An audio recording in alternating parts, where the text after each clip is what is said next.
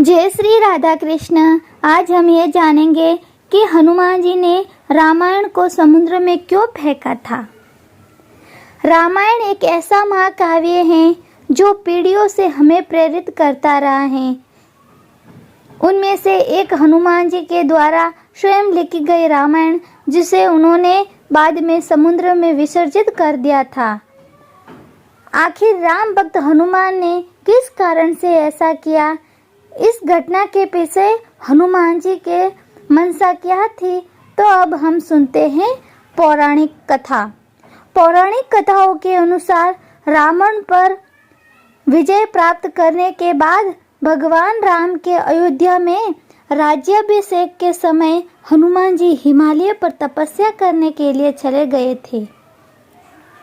वहां उन्होंने अपनी भक्ति और राम के प्रति अपने अगाध प्रेम को अभिव्यक्त करते हुए एक शिला पर अपने नाखूनों से रामायण की रचना की। यह रामायण, जिसे हनुमत रामायण के नाम से जाना जाता है, उनके अद्वितीय दृष्टिकोण और भक्ति का प्रतीक थी।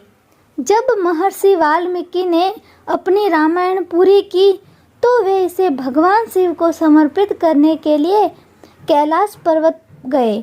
वहाँ उन्होंने हनुमान जी के द्वारा रचित हनुमत रामायण देखी। हनुमान जी की रामायण की भव्यता और भक्ति से प्रेरित होकर वाल्मीकि जी को लगा कि उनकी रामायण इसके सामने फीकी पड़ जाएंगी। हनुमान जी, जो हमेशा दूसरों के कल्याण के लिए तत्पर रहते थे, वाल्मीकि जी की निराशा को समझ गए।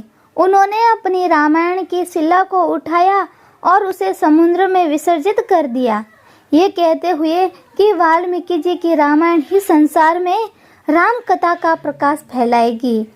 हनुमान जी का ये कार्य उनके निस्वार्थ प्रेम और त्याग की पराकाष्ठा को दर्शाता है। उन्होंने अपनी रचना को, जो उनके हृदय के सबसे करीब थी, दूसरों के हित के लिए त्याग दिया। ये घटना हमें सिखाती है कि सच्ची भक्ति और प्रेम में अहंकार का कोई स्थान नहीं होता है।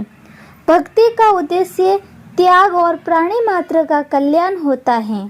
हनुमान जी के द्वारा अपनी रामायण का समुद्र में विसर्जन एक ऐसी घटना है जो हमें उनके चरित्र की गहराई और उनके त्याग की महानता का परिचय देती है।